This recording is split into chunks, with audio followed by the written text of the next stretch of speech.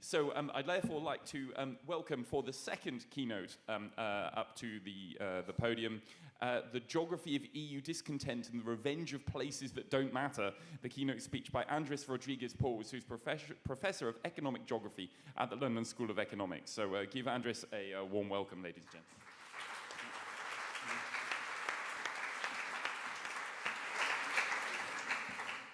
Okay, thank you very much, John, and thank you very much to ESPON for inviting me. I'm going to start by where Ilona and Laurent concluded just a moment ago when they gave their introductory speech. And they said, all places matter. And this is something I would wholeheartedly subscribe.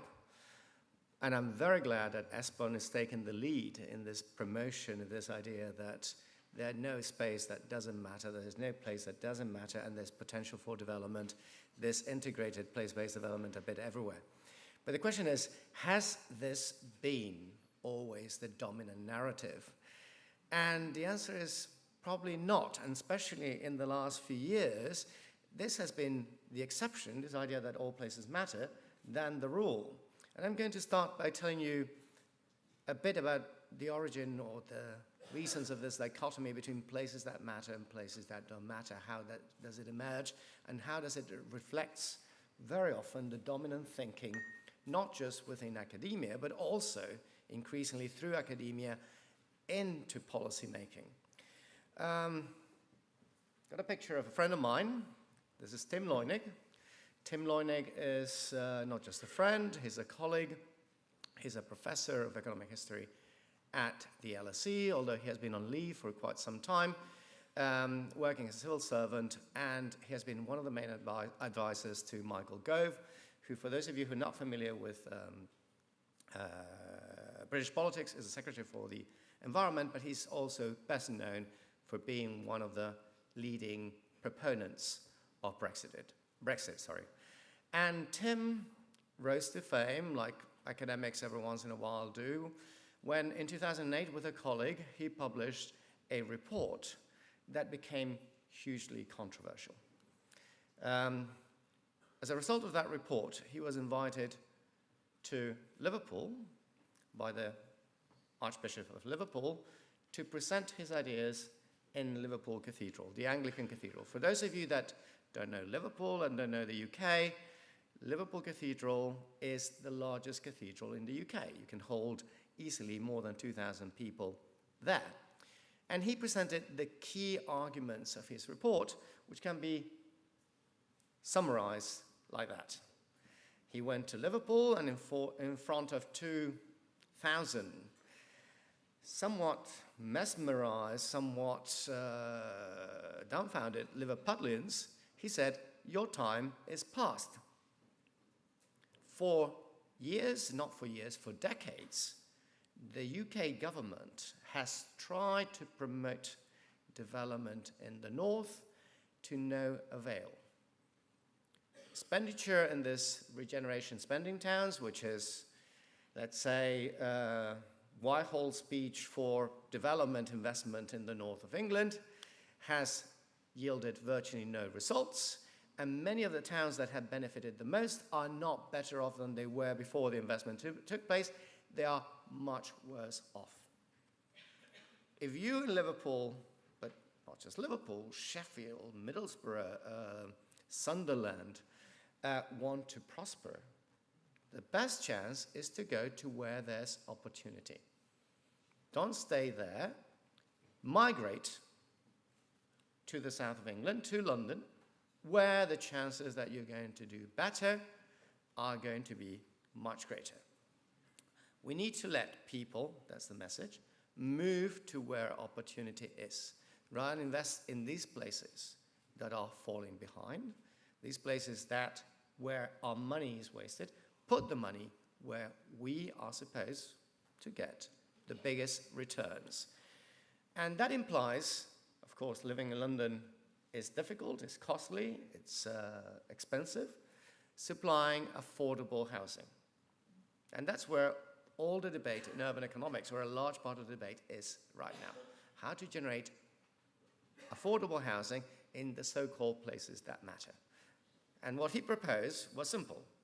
let's transform the old brownfield sites, the old industrial land in London into housing that would generate 200,000 more houses.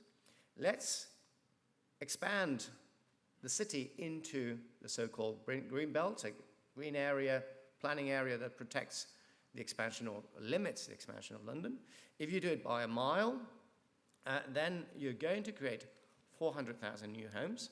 And the two most dynamic towns or cities in the UK for the last decades have been Oxford and Cambridge. If you provide affordable housing in the model of American Silicon Valley, what you're going to get is to build 500,000 houses in each.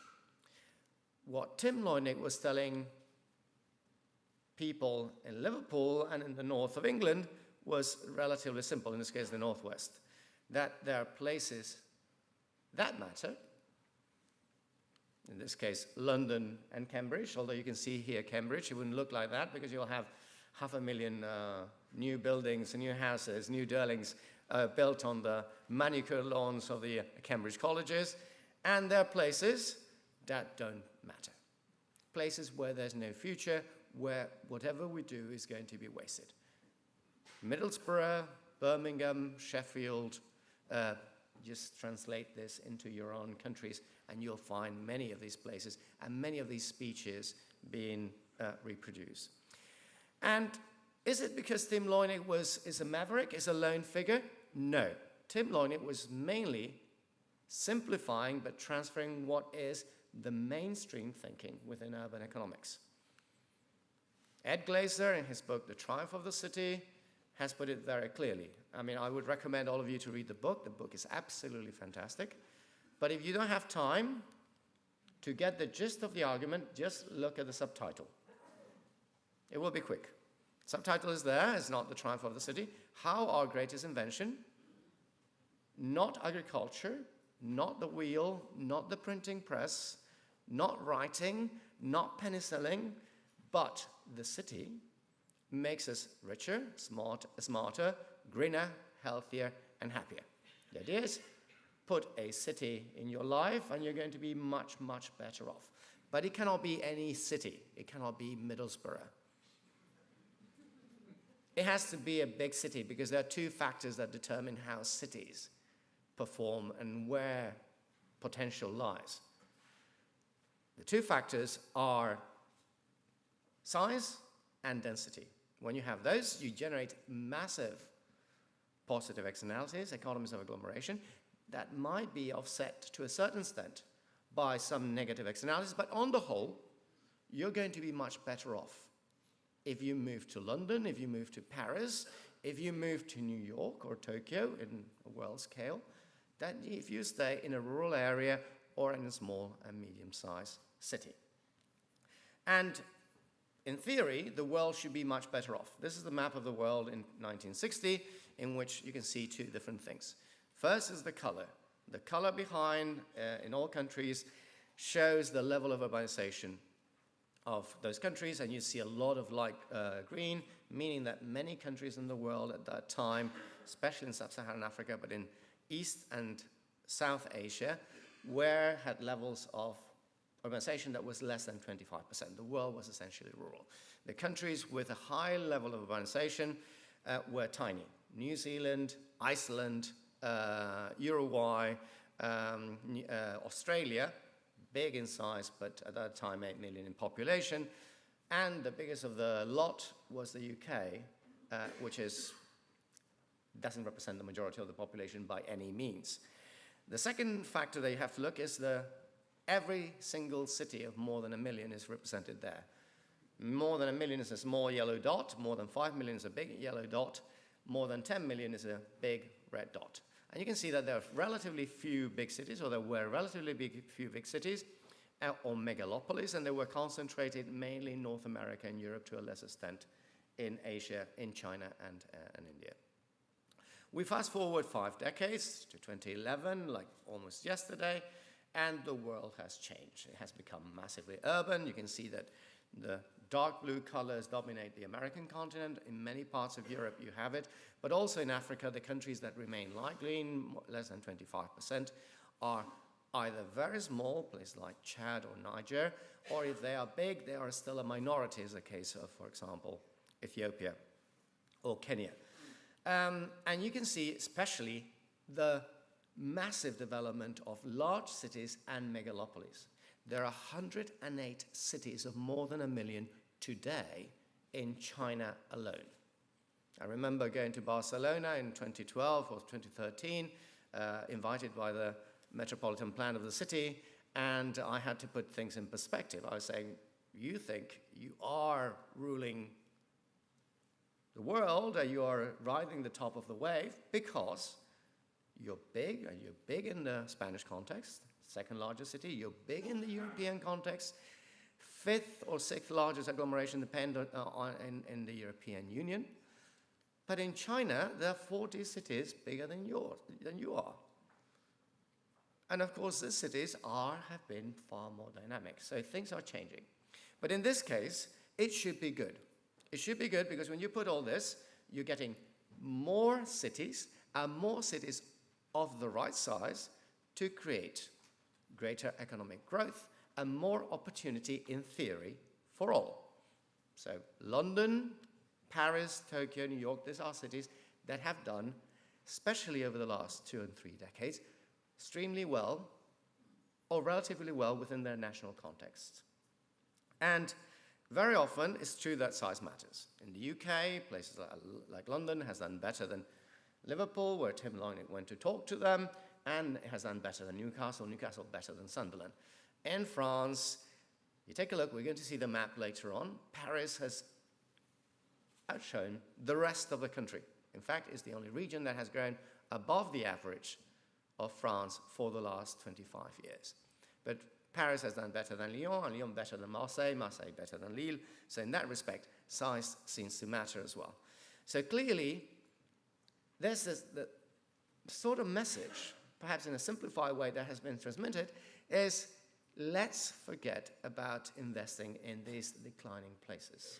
Let's forget about investing in these places where there's limited opportunity and concentrate our limited efforts in those areas where we can maximize those returns. This is what the World Development Report in 2009 made plainly, but if you go, for example, to the World Economic Forum, they say the 21st century is the century of the city. And when they mean cities, they don't mean Graz. Or they're not talking about Pécs in Hungary. They're not talking about Brno in the Czech Republic.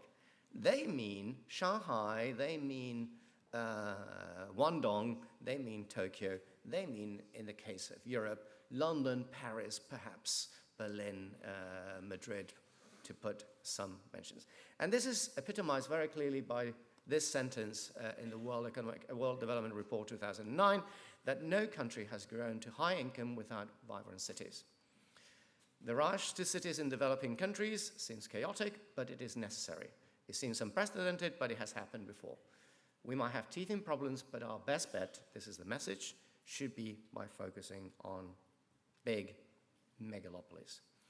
Of course, this is a message that not everyone is going to be take it lightly. Not everyone lives in a big city. And even if you live in a big city, there's always somewhere bigger that potentially has more capacity to grow and gives greater opportunities. And the consequence of this is that if you not just invest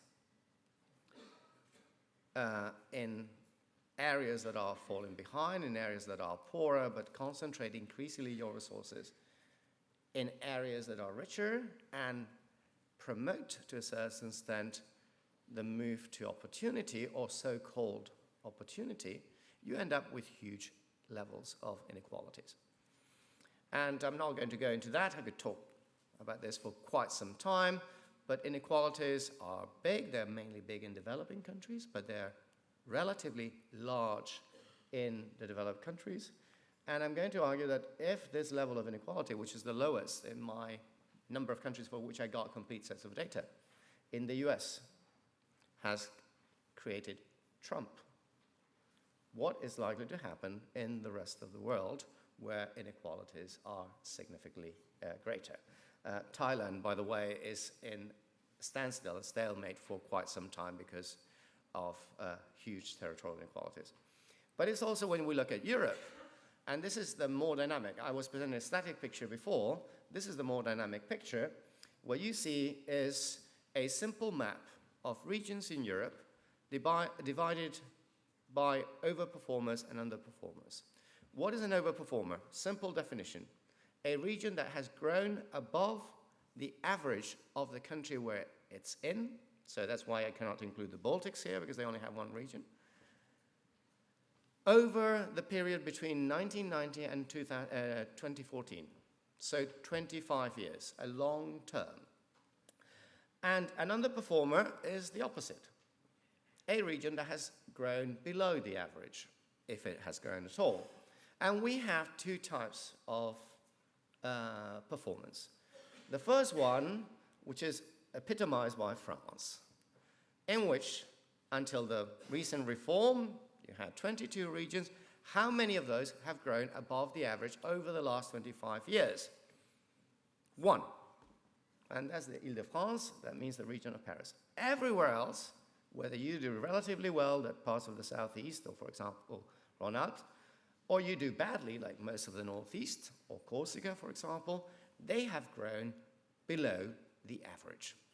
And this situation of France is repeated in many parts of Europe. Take a look at Portugal, take a look at Ireland, take a look at the Nordics, Finland, Denmark, Sweden.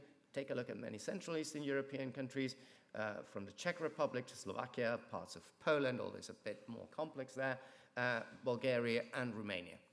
The second pattern is the Italian pattern, that even though Italy has not grown much over that period, the places that have grown more are the ones that were richer, the places that have grown less are the ones that were already poorer. In Italy, none of the regions that was poor, below the average, in 1990 has grown above the average over a period of 25 years. The same applies to Spain. And you can see that there's a similar sort of pattern in cases like the Netherlands or in cases like Germany. So clearly what we're seeing is a growing polarization that is creating a reaction. And the reaction has come from people are going to say, we predicted everything. Don't believe this. No one predicted this. There has always been a Front National, and there has in France, well, not always, but for quite some time. But the reaction has come now through mainly the ballot box. And we have some precursors. I'm putting the 2015 presidential election in Poland there. I can go to Poland to 2003, when you had in Poland the pro-European, well, the referendum whether you wanted to join the European Union. That reflects that sort of geography that we're seeing here. I can go to Poland, and this reflects very often not just the boundaries between Poland and Germany in 1939, but also the boundaries that go back to the 18th century when Poland was divided between the Russian Empire, Prussia, and the Austrian Empire at the time. But you can see this division of more rural, less developed parts, areas that have been declining, voting for a more populist candidate, if you can call him that. I hope no one gets offended with this, against the more developed parts of the country and the big cities adopting a very different stance. Of course, Poland is a big country, but in order to get attention, you need a big change in a country where you have a lot of media that controls opinion making. And this is where we realize on the 24th, when we wake up on the 24th of June 2016, that there's something that is changing radically. That's the results of the Brexit referendum, in which you have a geography in which you see the big cities, mainly in the south, the most prosperous. By the way, Liverpool marginally voted to remain, so Liverpool is not the main culprit in this whole story. Just voting to remain together with Scotland, the rest of the country voting to leave. And I'm going to highlight here, this is Lincolnshire. Lincolnshire is the country in Britain that has had the lowest growth since 1990. 3% migrants but strong relative economic decline. And then, of course, the big bang was the election of Donald Trump. And here is the shift, not the votes, but the shift of votes between the 2012 presidential election and the 2016 presidential election. And you can see the concentration in those states of the Rust Belt that are the ones that have been declining. If you have those precursors, then you start having the flood. Every single election now we are holding our breath. It was the Netherlands, it was France, it was Germany, the legislative election, it was Austria in several elections, that presidential national elections. It was Italy as recently as March 2018. It was this week, or in the last 2 weeks, the regional elections in Poland. It was the Andalusian elections on Sunday in Spain. And when you start adding one election after another election, after another election, after election and election and election, what do you get? You get this. This is the detailed map of the rise of anti-system voting, proxied by parties voting for parties that are opposed to European integration in the whole of the European Union. This goes in the last, we're comparing pairs with pairs, and I say we because this is work with Louis Dijkstra and Hugo Pullman from the European Commission. This is national legislative elections. And this is votes for parties that have voiced a very strong or strong opposition to European integration. Parties like UKIP, parties like the Front National, parties like, for example, the Lega in Italy. What you have here is that in green are countries or, well, regions, localities, where there's no or limited share. They're below the average in Europe in terms of voting for anti-system, anti-European, or anti-European integration more than anti-European parties. That includes the Baltics, Romania, Slovenia, and Croatia. It includes, until now, let's see what happens when we have national elections. After all, I am Spanish. The whole of Spain. It includes Ireland. And to a lesser extent, surprise, surprise, Poland. In purple, you have those that are above the average. And this is for parties that are strongly opposed to European integration. I just want to take a look. The dark colors are strong in the Nordics, in East Germany, in Austria, northern Italy, and France. You're going to say, where is Britain? Well, if that level of opposition to European integration has brought us Brexit, let's think about what may happen at the rest. I mean, Andreas was talking about this crisis and was citing Jan Sri Lanka about what type of Europe. Can Europe remain as we are? Well, if we want to keep Europe as we are, this is a rise, this is something that we should be worried about. If we transfer this map and we include parties that are moderately opposed to European integration, this would imply, for example, including the Movimento 5 Stelle, which is much less clear, much more muddled about their position in Europe than the Lega, for example. What you get is that there are 5 countries in the European Union, here now the UK comes in because you have the Conservative Party, in which more than 50% of the vote in a national election is for parties that are opposed to the European project. Hungary, Greece, Italy, and the UK. And in all 4, if you include the current British government, these parties are today in office. Still, we have in many parts of Europe, Central Northern, despite the strong rise of populism and anti-system voting in the Nordics, you can see that still very much the amount of strong opposition is relatively limited in relation to other countries of Europe. And this is to highlight that, of course, populism and anti-Europeanism, they're not exactly the same, but there's a strong correlation. Here you have the traditional mainstream parties that, according to the Chapel Hill expert survey, score lowly on populism and also relatively low in terms of opposition to the European project. If you have, for example, the Democratic Party or the Social Democratic Party in Germany, the Democratic Party in Italy, the CDU, the Christian Democrats in Germany, or the PP and the Socialists in Spain, they are traditional parties that are anti-mainstream, they're not anti-elite. In fact, they are probably the elite, and they are pro-European. In general, here you have those parties that are very strongly opposed to European integration and score highly on populism, like UKIP, Hungarian Jobbik, the French Rassemblement National, the Front National as it was before known, the Freedom Party of Austria, Alternative für Deutschland, and you have also Cinque Stelle that are less anti-European but very, very populist.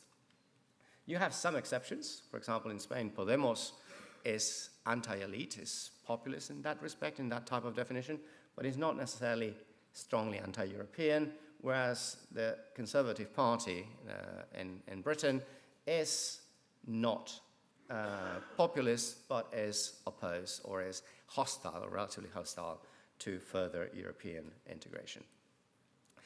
So the question is why? What has happened? We need to understand if we're going to fight this.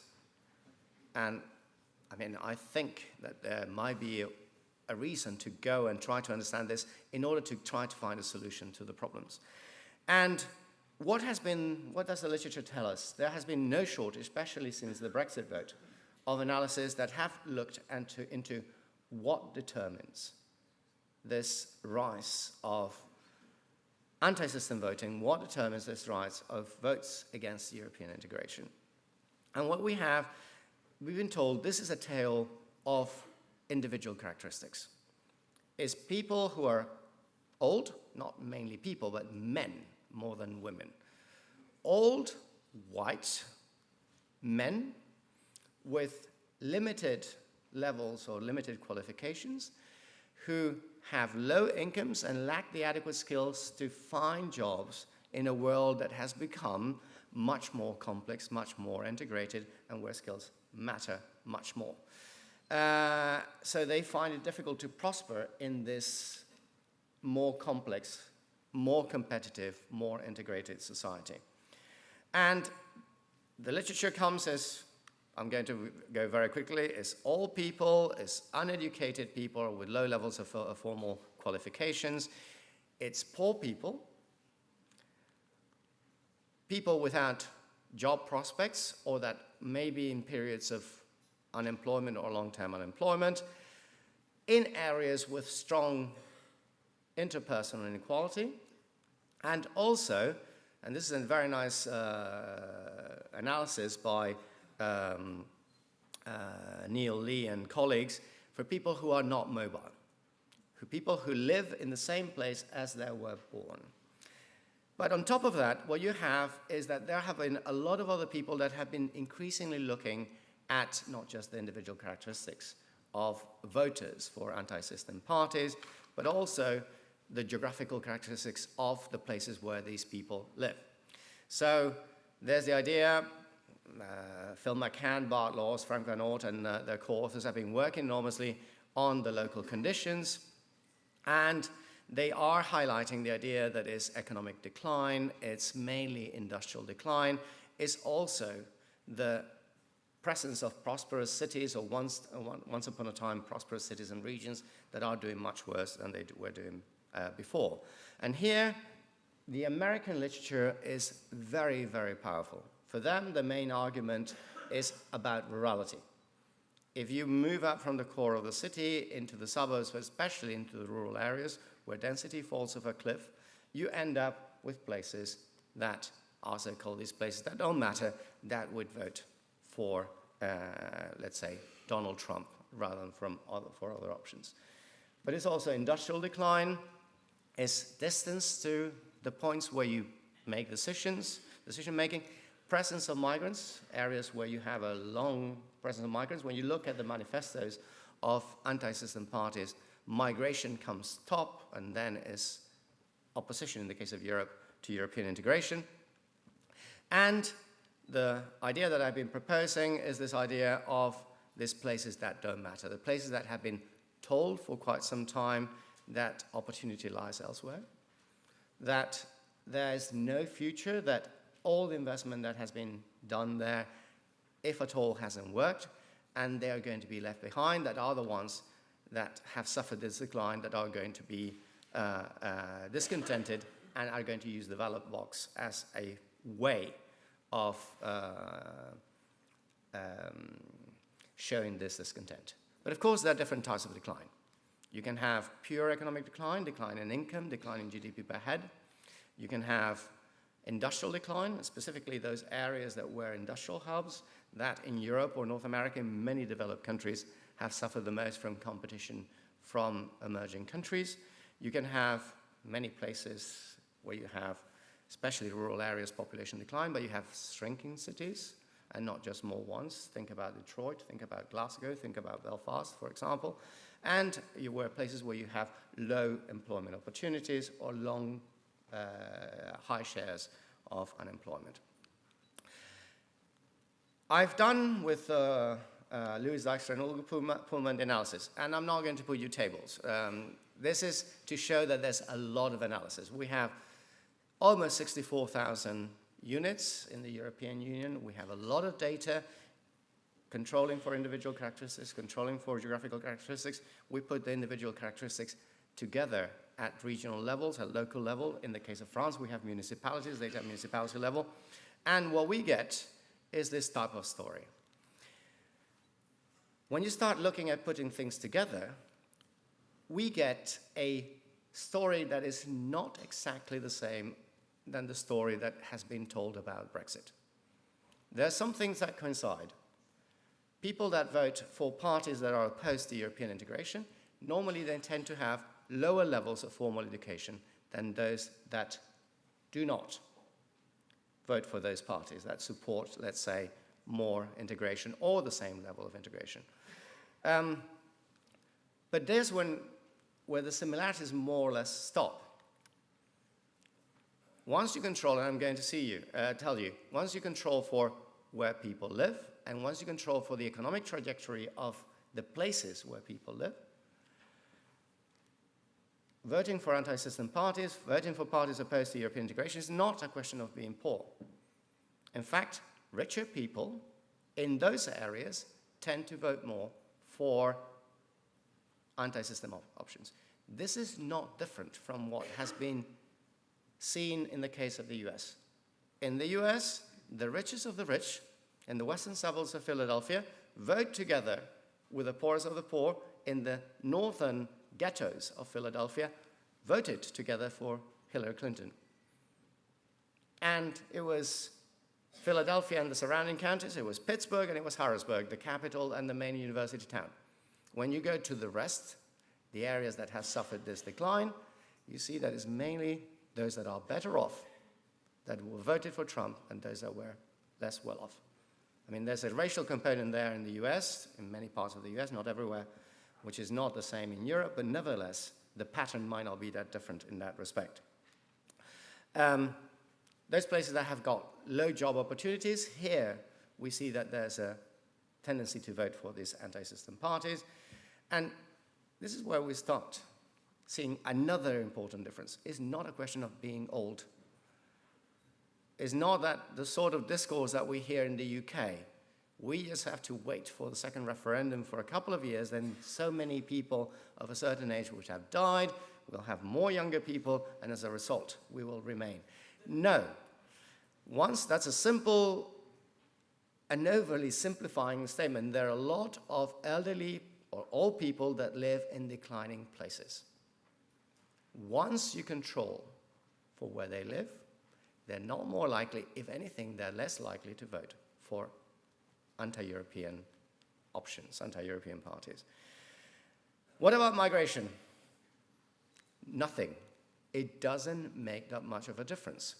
In fact, the places that have received the biggest influx of migrants over the last 16 years, net migration from all over, are the places that have tended to vote less for parties that are strongly opposed.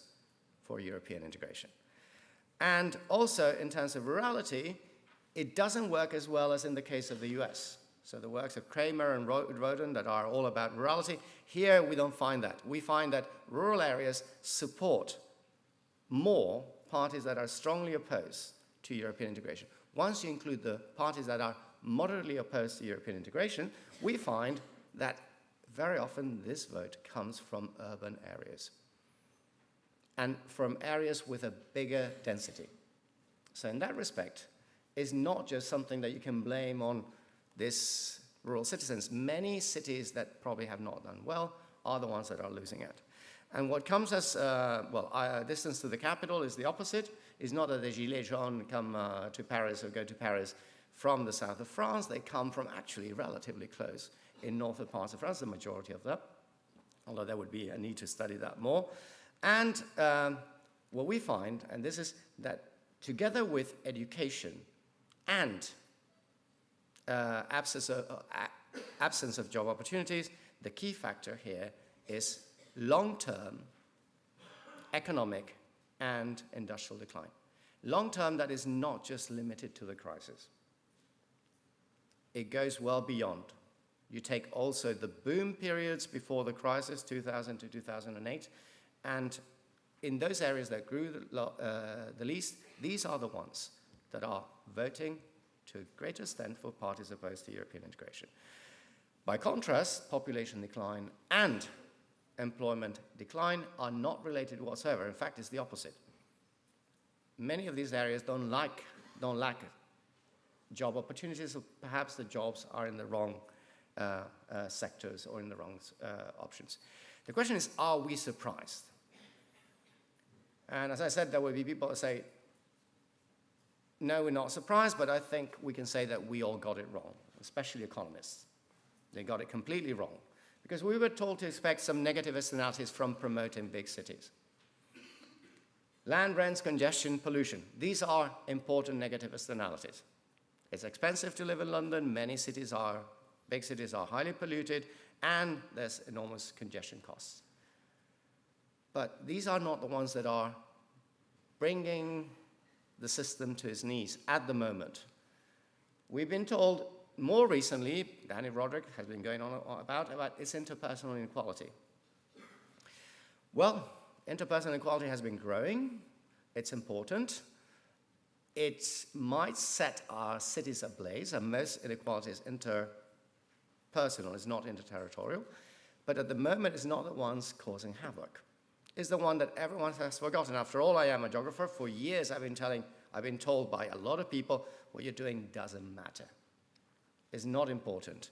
Well, surprise, surprise, it's territorial inequality and territorial decline that seems to be driving this idea or this geography of discontent.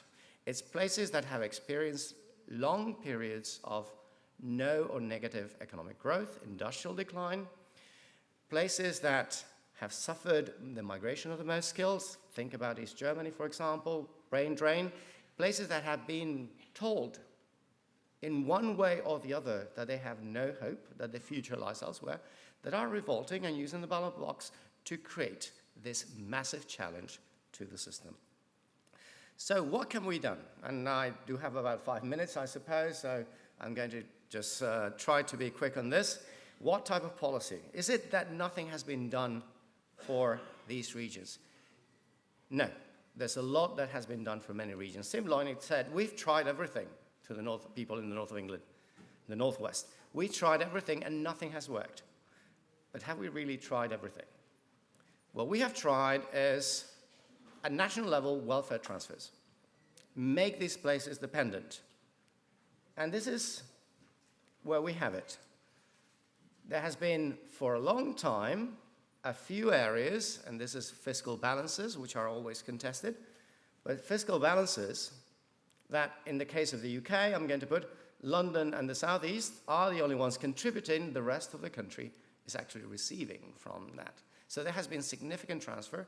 Has this led to satisfaction? Not necessarily. For example, if you take the case of Spain, this is Catalonia, for example. Madrid is to a bigger extent. It depends how you measure things. But if this in Catalonia generates discontent and says the rest of Spain is stealing from us, what can happen if you are, for example, in London? Or after all, I live in London, I am from Madrid, I should be declaring my own independence as well. So this is creating tensions. It's creating tensions at both ends. And it's creating dissatisfaction. Second option has been, let's generate employment in the non-market sector, public employment. And when I did the analysis, I always imagined that for a long time, that most of the public employment would be located in capital cities. Well, take a look. I put some, but I've done it for the 28 countries in Europe. It's the same everywhere. This is level of GDP per capita, and this is share of public employment. I'm not going to go into all. You see the trend.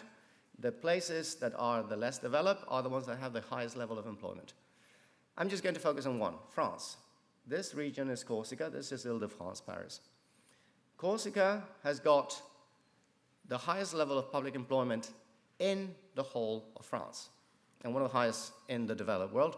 1 in 2 workers in Corsica is a civil servant. 1 in 2. Are they happy? No.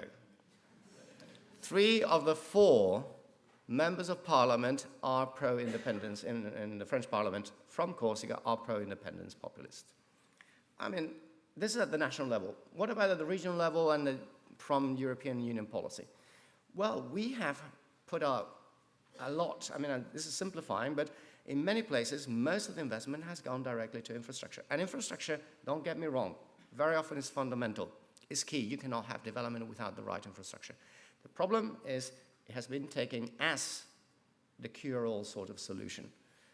But you end up with a lot of big elephants. In fact, when you take a look at the aggregate, you get no returns. If anything, you get negative returns from greater investment in infrastructure over the last 20 years. I'm going to put examples from my country. I can go to any other country. But after all, I am Spanish. I'm not going to blame anyone else.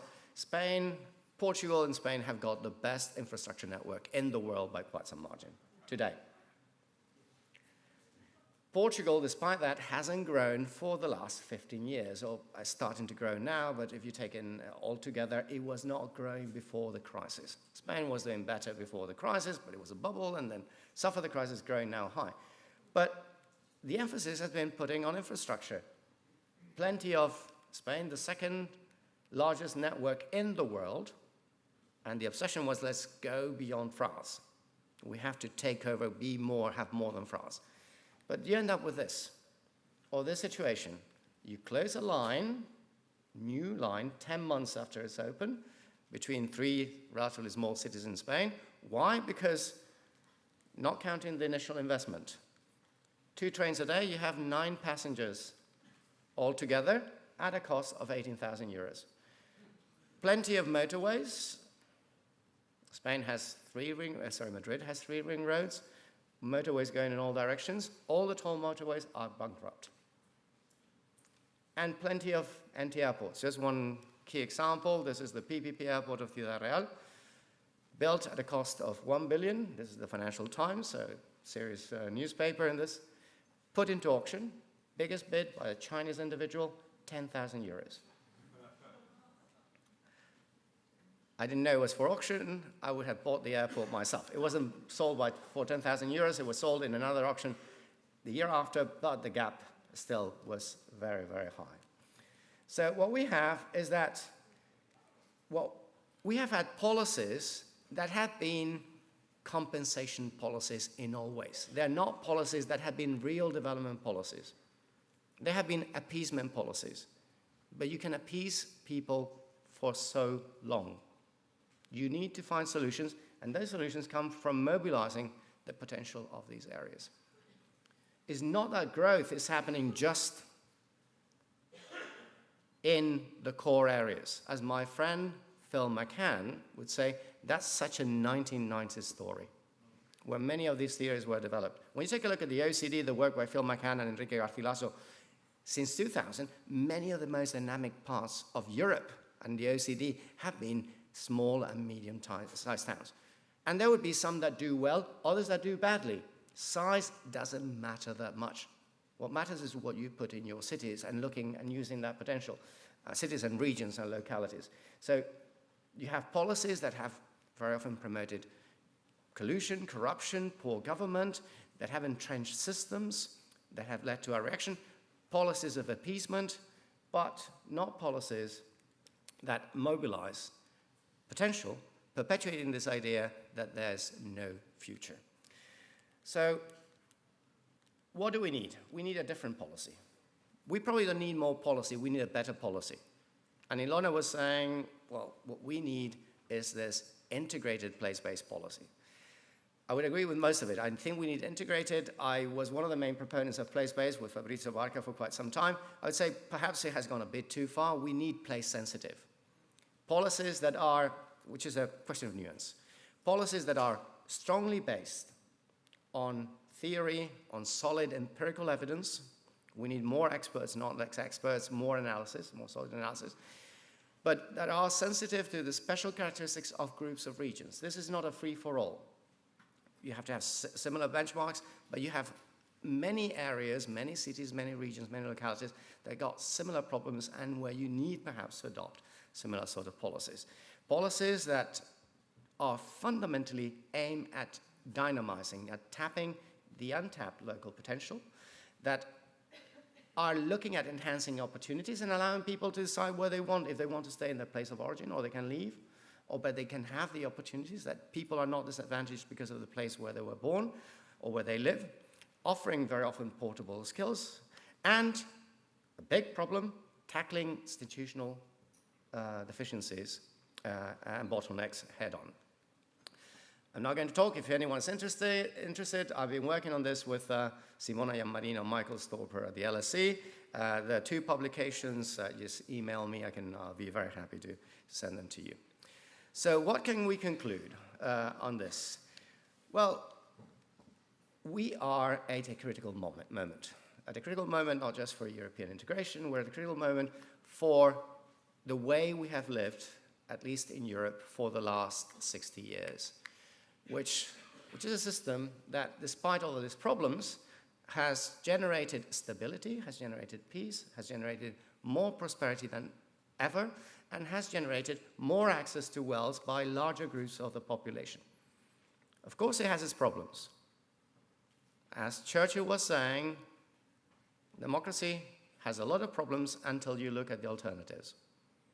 Here, what we have is that the system we have has a lot of problems, but I suppose, I do think, and I have to be convinced, that it's much better than any alternative that we have been proposed in the past, or we are being proposed right now. So, but we need to do something to make sure that we prevent this initial stage of derailment to become a whole train wreck. That we don't go, not to the Middle Ages, as Andreas was saying, that we don't go back to the 1930s in full swing. And in order to do that, we need to start by fixing these so-called places that don't matter. Because they matter a lot, because by revolting, they are changing the whole system.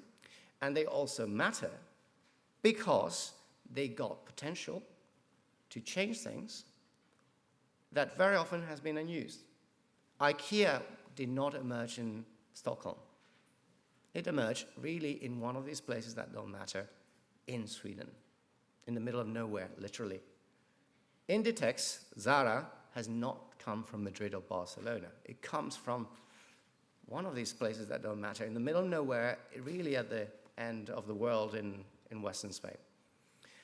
So there's potential there. The problem is that if we keep on having this discourse that these are places where we need to support them, we need to appease, we need to compensate, we are going to be losing the battle, and we are losing the battle. And this is going to have a problem because it's not going to affect just the places, so-called places that don't matter.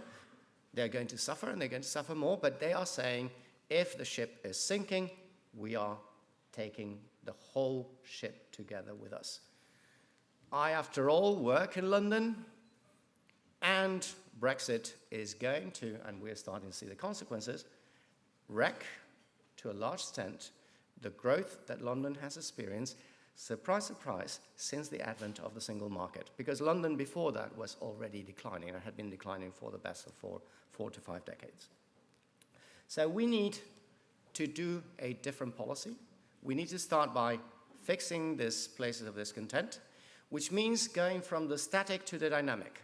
The policies so far have been, let's focus on poor places, those that are behind, and they need support, there's potential to mobilize there, or let's focus on those areas so-called with the biggest potential, the biggest cities, because they are the ones that are going to make the cake bigger, using Brexit sort of language.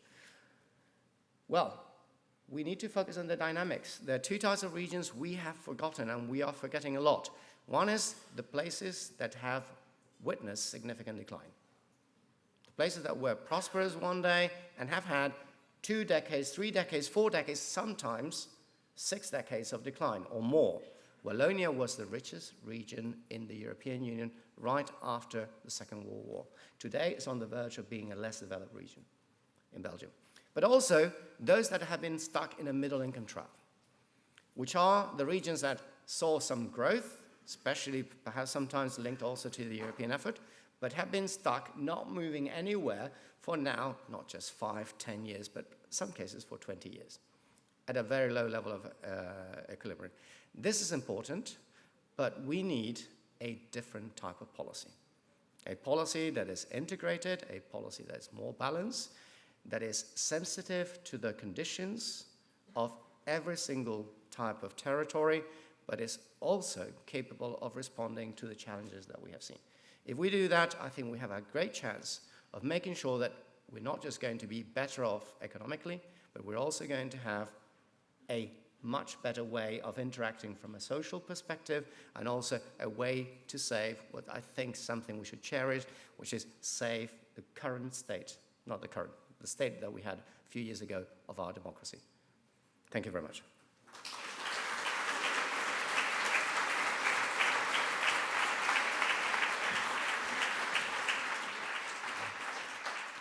Right, excellent. Thank you very much indeed, and plenty of food for thought there. I'm going to have a look at which questions have been raised, and if we could put those up on the screen as well. The top-ranked question, with 25 people having voted this up for you, Andres, is: investing in big cities is big for growth, but is economic growth the only option we have? Well, I think, well, this is a very important question. It's a very important debate. I think, to be honest, economic growth is the only option we have. But economic growth doesn't mean that it doesn't have to be sustainable growth. It has to be sustainable, it has to be balanced, it has to be equitable. If we manage to achieve that, then we're going to succeed. I know probably this question is coming from the background that by growing more, we are depleting our planet of resources. We're making it less sustainable. Well, it depends how you grow. Britain is now producing less emissions than it was producing a century ago. And hopefully, if we grow with the right technology, with the right conditions, in the right way, we are going to make sure that the conditions in our planet remain the same or actually may improve over time. The question is, what type of growth do we want? Having said that, we need growth.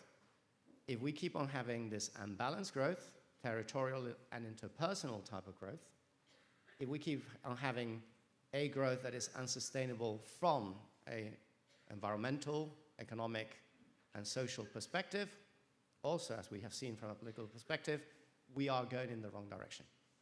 We need to make sure that we achieve growth, but that growth is, as I said before, equitable, sustainable, and balanced. Okay, thank you. And then let's go to the second ranked question. Are we using the right indicators for deciding what successful places are, or do we tell the wrong success stories? Well, our indicators are partial, they're imperfect, and there have been a lot of attempts to try to create alternative indicators based on well-being, based on happiness, based on human development, etc. The main problem is that very often all these indicators go in the same direction. They are highly correlated. So I'm not saying that we need different indicators. We probably need more different indicators. But we need to make sure that we actually focus on the causes of why some places have got good performances on virtually all indicators, with very few exceptions, and others have got really weak performances in all indicators. I do have a problem with the success stories. Very often the success stories just represent specific interests of certain groups, certain decision makers, which doesn't necessarily mean success stories. We need, and this is a criticism to us in academia, we need a lot of very good case studies. We need better case studies with more solid, very often, methodology, and there are plenty of those around, but they're still the minority. And we need to make sure that what we call a success story is something that is really successful over a long period of time, not something that has worked perhaps for 2 or 3 years and then just falls into oblivion and we don't see the consequences. I'm going to take one final question from Slido, and then I'm going to come to the audience here in the room. So if you want to ask something verbally here in the room, I'm going to come to you in just a second. This is actually a more specific question, which was ranked a little bit further down, about Italy specifically. It says, in Italy, discontent rose in places that do matter. For example, the Movimento Cinque Stelle victory in Rome. Is there any way that you could explain that in the Italian context? Sorry to put you on the spot about an Italian example there, but is there anything you could say about this strong rise of populism in Italy, even in some of those well-performing places? Okay. Well, the first thing is that talking about any well-performing place in Italy is difficult. Italy is a country I love. It's a country I've lived in. It's a country that, after all, I am Spanish. In the 1990s, I lived in Italy at the beginning of the 1990s, and I was coming from Spain. I would say, wow, I wish Spain was a bit more like Italy. But Italy has remained stuck. There has been no growth whatsoever anywhere. And then, of course, it depends where, because you have, well, Cinque Stelle in Rome. That might be a general discontent reflecting that overall decline. But if you take a look at, for example, the north of Italy, where you say, this is a prosperous place, this is a rich place. From a study point of view, it's true. But if you take a look at the electoral results and the growth in a place like Lombardy, which is not the richest, but among the richest regions in Italy, and you take a look at the provincial distribution, the growth has been concentrated in Milan, which happens to be the place that has the least support for the Lega. You have a lot of other places, thinking about Cremona, thinking about Pavia, thinking about Como, where these places have been suffering significant decline, to a lesser extent Bergamo and Brescia, and these are the ones that are more enthusiastically supporting this anti-system, anti-European integration party like the Lega that is now de facto governing the whole country. Okay, so let's come to the audience in the room and indeed ask the questions to either Andreas or Andres, and ask the question either to one or both of those. So anyone would like to ask a question here in the room, and we will get a microphone to you if you wish to ask a question here. There's a question over there at the back corner. And you could just say your name and what organization you're from if you think that's appropriate. Stand up, please, as well. Oops. Thank you. It takes a bit of courage after those two very prestigious speakers. It's just well, my name is Laura Todoro, I'm from BVA, and I'm a speaker too, but from tomorrow, just very small speak. But my question is just two questions. First, how can we somehow fight back the disappearance of national regional policies? Because that's what I see in Italy, for example. And the other point is still a European regional policy the answer to this type of problem? There is clearly a correlation, as you said, and I would like to know what, for example, the role of DG Regio could be, according to your view. Thanks. Do you want an answer to that from both or from one or other expert? I cannot choose. Thanks. Okay, well, I think maybe, okay. All right. Have a go then, Andres. Fine. Has national regional development policy disappeared? I will contest that. And not because you're wrong, because you're absolutely right that national regional development policies have disappeared.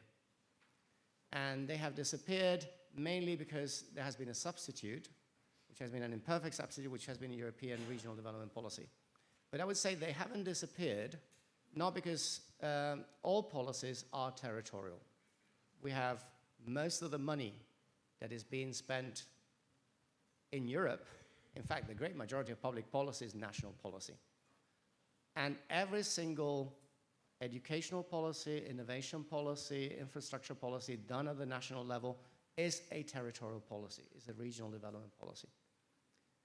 Very often, that policy doesn't necessarily support the less developed places or the places that have witnessed the biggest decline.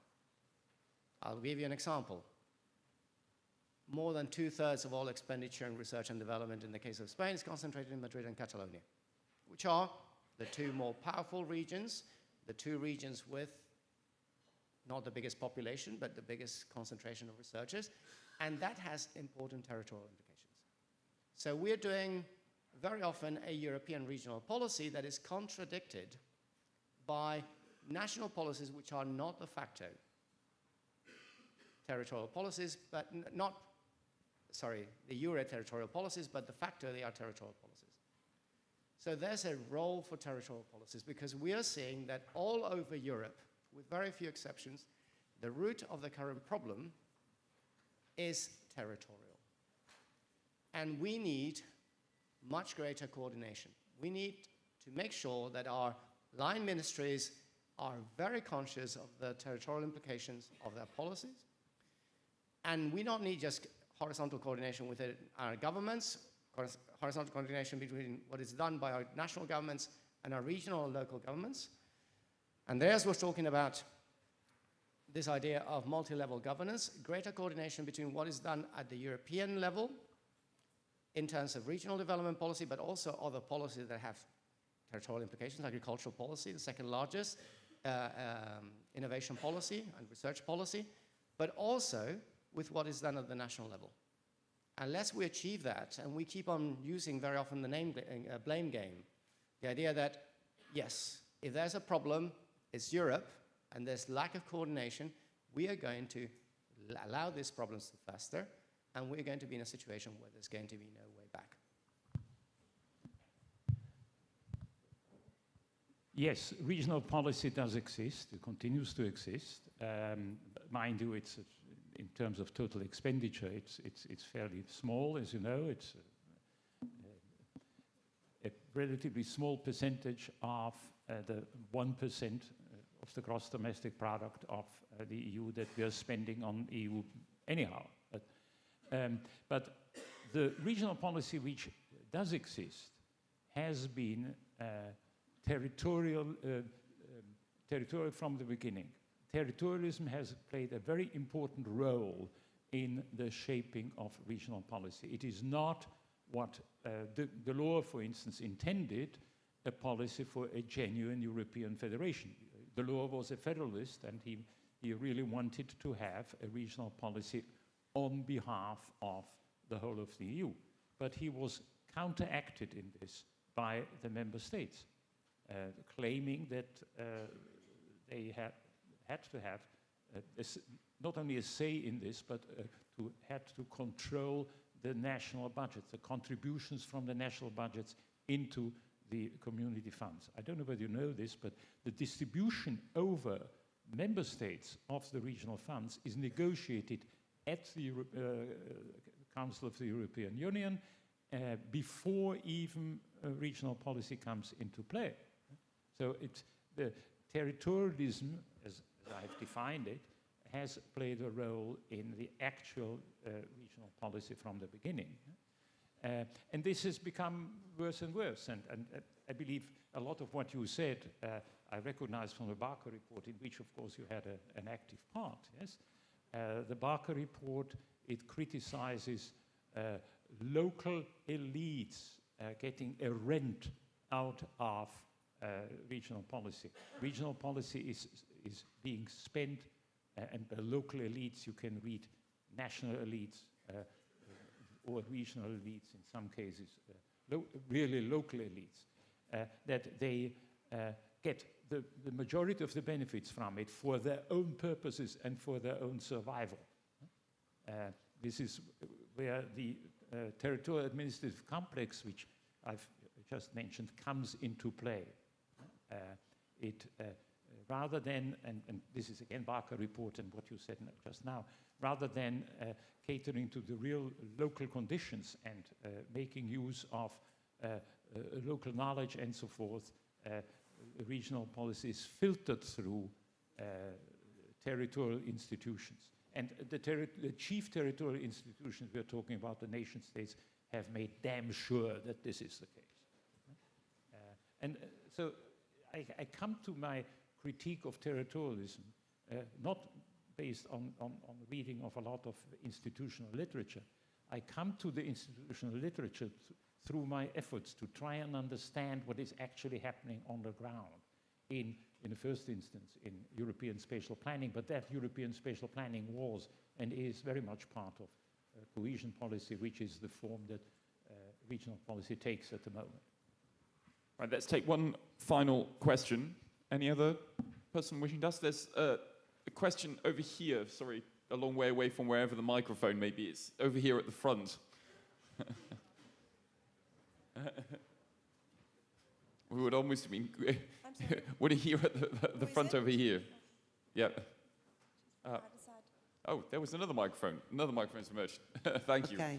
My name is Maria. I come from Rome. I'm sorry. And I don't want to defend the Rome situation, also because the city is cancelled. It's no problem for the future.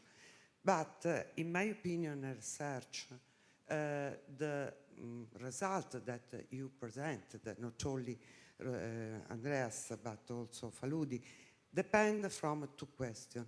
The homologation, and so the neutral approach that in past year we have by the macroeconomic condition and the spatial planning approaches.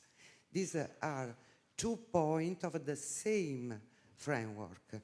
The same spatial planning in Netherlands more than in Spain or Madrid than in Italy, and the macroeconomic neo-Keynesian model that impact in the same way in our territories and come the same return as investment and as a lot of things.